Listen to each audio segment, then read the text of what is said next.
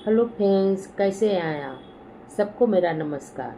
सदगुरु कबीर साहब जी के अनमोल दोहे और अनमोल विचार इस प्रकार। साखी और गति की गति का कहो, जाके गाँव न ठाओ, गुड़ बिहुना देखना का कही लीजिए नाव।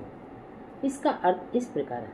हमारे सदगुरु कबीर साहब जी कहते हैं, समझाते हैं कि जिसका कोई पता ठिकाना नहीं है, मुकाम नहीं है, और उस अज्ञात की बात को क्यों मानते हैं, क्यों करते हैं, जिसका कोई न गांव है, न ठाव है, न कोई पता है, न ठिकाना है, न मुकाम है, उस अज्ञात इंसान की बात क्यों मानते हैं, क्यों करते हैं, और इस गुण विहीन दर्शन में कर्ता और कारण के क्या नाम कहोगे।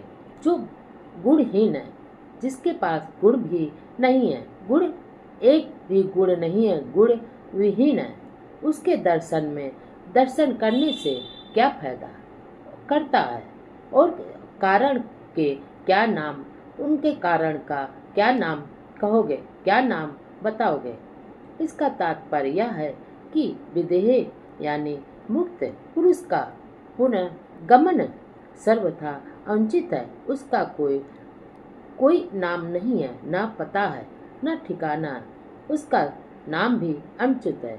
रामायणी तत्वमसि इनके उपदेशा, ई उपनिषद कै संदेशा, ई निश्चय इनके बड़ भारी, वाहिक वर्ण करे अधिकारी, परम तत्व का निज परमाना, सनक कादि नारद सुख माना, यज्ञ वर्षल और जनक संवादा, त्रता ए वो ही रस स्वादा, वो ही बात राम वशिष्ठ मिल गाई, वो ही बात कृष्ण उद्धव समझाए, वो ही बात जो जनक ग्रहणी दे धरे विधेय कराए।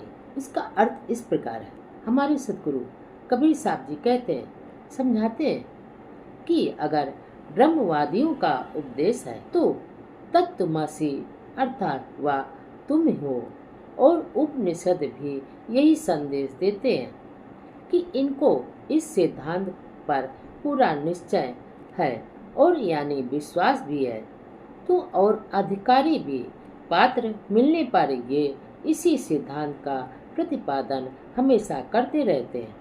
इसका तात्पर्य यह है कि ये जो तत्व मसीह है वह तू है, कि इनका प्रामाणिक परम तत्व और सनक सन नंदन सनातन सनत कुमार नारद और सुखदेव आदि ने भी तो इसी सिद्धांत को माना है, और सभी लोग इसी सिद्धांत को मानते हैं, और इसी सिद्धांत पर यज्ञ वगैरह होते रहते हैं, और जनक का भी संवाद भी इसी सिद्धांत में हुआ था, और श्रीमद् भगवत गीता पुराण में दत्तात्रेय जी इसी का रस स्वादन भी करते हैं। त्रैतायुग अवधूत ने भी उसी अद्वैत ब्रह्मानंद रसास्वाद को चखा है।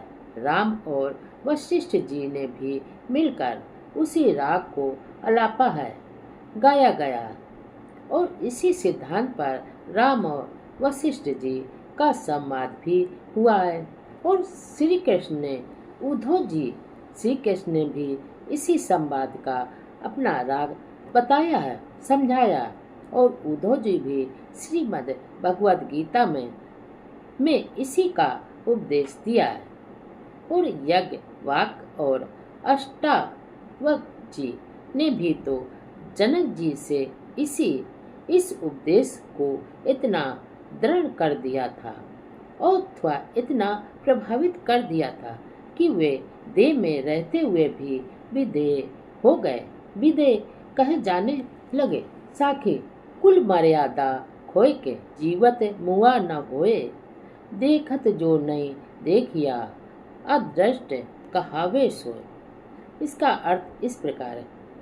हमारे सदगुरु कबीर साहब जी कहते हैं, समझाते हैं कि या तो केवल कुल और मर्यादा का है, वरना श्रम, धन, विद्या आदि का त्याग कर देने से ही कोई विदेह हो सकता है क्या? वो देखते हुए भी अनदेखा करता है और वह विवेक अपने विवेक नेत्रों से हीन ही कहलाएगा। जो नेत्र होते हुए भी अंधा बना रहे, वो तो हीन नेत्र ही बिना आंखों वाला ही तो कहलाएगा। जब उसके आंखें हैं मगर उसको कुछ दिखाई नहीं पड़ता।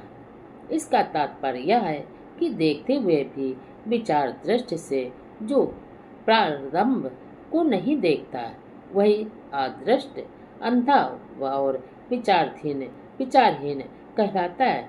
जिसके आंखें होते हुए भी उसको कुछ दिखाई नहीं पड़ता, वो अंधा ही तो कहलाएगा और विचाराहीन भी कहलाएगा।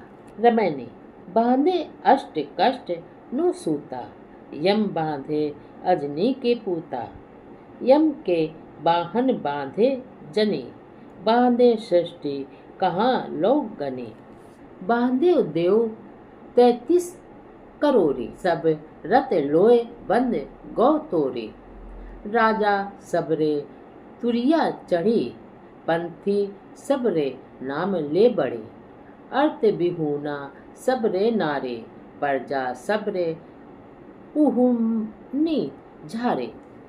इसका अर्थ इस प्रकार है। हमारे सदगुरु कबीर साहब जी कहते हैं, समझाते हैं कि ये जो माया है मोहिनी है, कि माया की अष्ट सिद्धि के लोभ में सभी लोग पढ़कर कष्ट साध अष्टांग योग में लगे हुए हैं।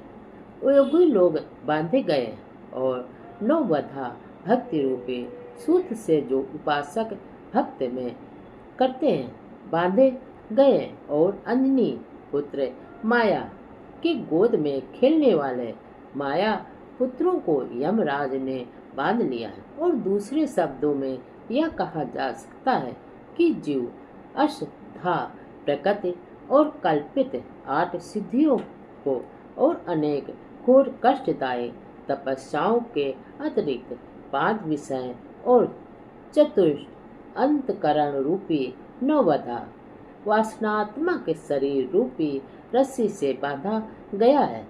पर मनुष्य यम अर्थात मृत के वाहन में बंधे जाते हैं और काल के वे काल में संपूर्ण सृष्टि में ही समा गई है। और कहा जाए कि कहाँ तक ये गिनावे संसार के लोग, इस संसार के लोग जिनका स्मरण और भजन करते रहते हैं, वे तो 33 करोड़ देवता हैं और स्वयं वासना के शिकार हो गए, वासना के बंधनों में स्वयं बंधे हुए। जिनको 33 करोड़ देवता माना गया, 33 करोड़ देवता की पूजा करते हैं, वो भी तो 33 करोड़ देवता वासना के बंधनों में बंधे हैं। पर मनुष्य की भूल है, मनुष्य भूल जाता है कि जो वह समझते हैं कि देव स्मरण करने से और पूजन करने से, बलि और उपासना आज से हमारा बल्लो जो हम बंधे हैं बंधन छूट जाएगा, हमारी बेड़ी टूट जाएंगी। अर्थात जब देवी आदि देवता सभी बंधे स्वयं कर्म बंधन में बंधे हुए, तो तुम्हारी बेड़ी कैसे तोड़ेंगे, तुम्हारी बेड़ी कैसे काटेंगे, तुम्हारे कष्ट कैसे दूर करेंगे, तुम्हें कैसे मुक्ति दिलाएंगे। यहाँ तक कि जो ज्ञानी है राजा तो तुरीय अवस्था में स्थित होकर ब्रह्म को स्मरण करते रहते हैं। और योग पथ पर चलने वाले योगी भी ओमकार नाम का स्मरण करके आगे कदम बढ़ाते रहते हैं। और कुछ उपासक तो भगवान को अपना स्वामी मानकर, अपना पति मानकर स्त्री तत्व भाव से, अर्थ आदि की कामना से रहित केवल उन्हीं की प्राप्ति के लिए उपासना करते हैं। और पृथ्वी की सारी प्रजा अपनी अपनी इच्छा अनुसार, भावना अनुसार किसी न किसी देवी देवता की पूजा करते हैं अर्चना करते हैं और नाम स्मरण आदि में हमेशा लगे रहते हैं। सखी, बंदी मनावे ते फल पावे, बंद दिया सो हो दे, कहे कबीर सो उबरे, जो निस बासर नाम ही ले। इसका अर्थ इस प्रकार है। हमारे सदगुरु कबीर साहब जी कहते हैं कि जो लोग बंधे हुए हैं, बंधे हुए की वंदना करते हैं और उपासना करते हैं, उपासना करेंगे, वे बंधन से कभी मुक्त नहीं हो पाएंगे। वो तो बंधन में ही पाए जाएंगे, बंधे रहेंगे। क्योंकि जो स्वयं बंधा है वह दूसरों को कैसे छुड़ा सकता है? जो स्वयं बंधा हुआ है वो कैसे दूसरों को छुड़ा सकता है? और उपासकों की तो यही धारणा है कि जो रात और दिन नाम स्मरण करेगा वही संसार से अपना उद्धार कर सकेगा। मगर ऐसा नहीं होता है। जो स्वयं बंधे हुए हैं वो तुम्हें कैसे छुड़ा पाएंगे? तुम्हारा उद्धार कैसे करेंगे? खुद जो अपना उद्धार नहीं कर सकते वो तुम्हारा उद्धार भला क्या करेंगे?